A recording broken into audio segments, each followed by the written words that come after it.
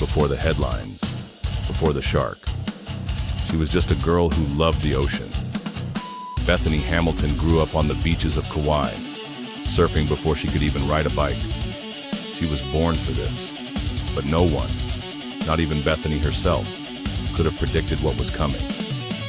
October 31st, 2003.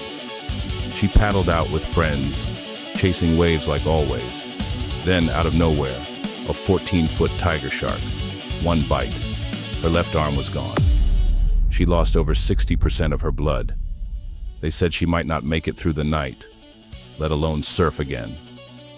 What would you do if your life changed overnight? Would you let it break you, or build something new from the wreckage? Bethany didn't know what came next, but she decided to keep going anyway. She woke up in a hospital room. Her world turned upside down. But Bethany didn't cry. She didn't complain. She prayed. While the world doubted, she planned. She wasn't thinking about what she lost. Were her dreams of surfing competitively suddenly vanishing? She was thinking about what was still possible. Is it still worth chasing your dream? When everything says stop, Bethany thought so, even with one arm, even with the odds against her. She believed the dream was still alive. Her dad cut her board shorter and added a handle. Bethany learned to paddle with one arm.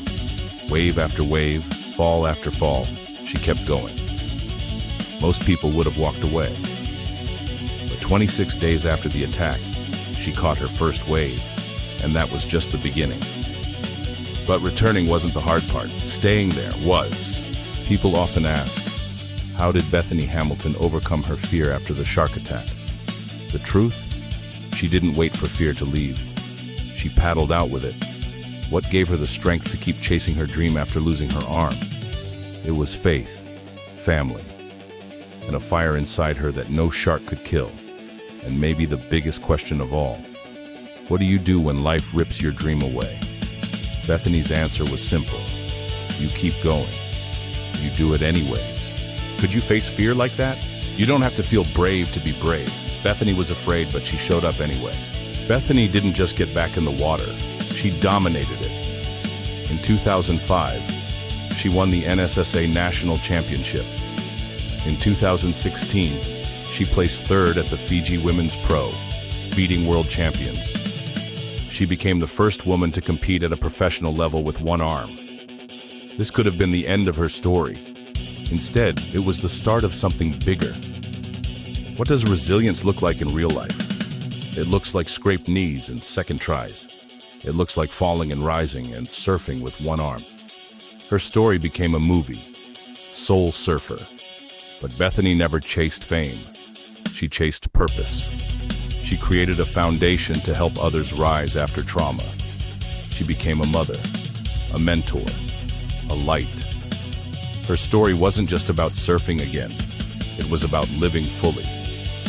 How do you not give up when everything says you should? You remember your why. You lean on your people.